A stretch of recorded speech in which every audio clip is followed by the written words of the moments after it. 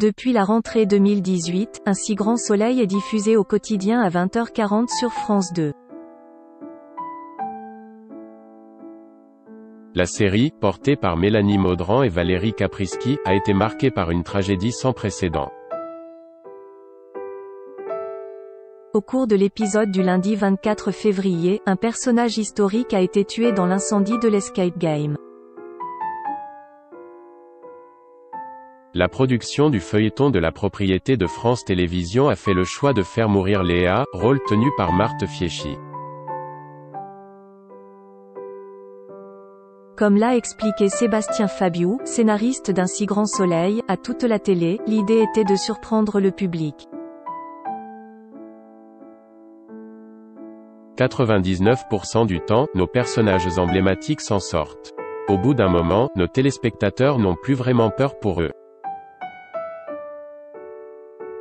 En tuant un de nos personnages emblématiques, on remet du danger, a-t-il confié, tout en pariant que ce drame n'allait pas avoir d'effet néfaste sur l'audience de France 2.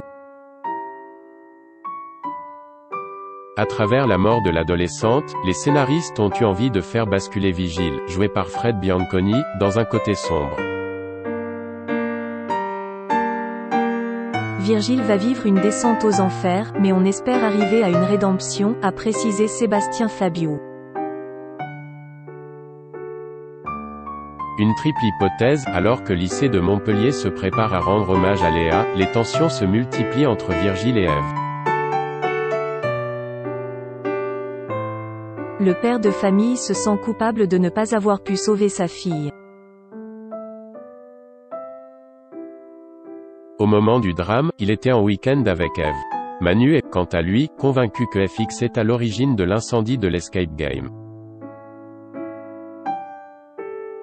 Il met la pression à Baker pour le suivre dans cette hypothèse. Manu apprend que l'harceleur de Camille a soudainement disparu depuis 2 jours. Il parvient finalement à le localiser et l'arrêter. La police détermine que FX a tenté de rentrer avec force dans l'Escape Game, mais la juge Alphand manque de preuves. Virgile se montre de plus en plus distant avec Ève.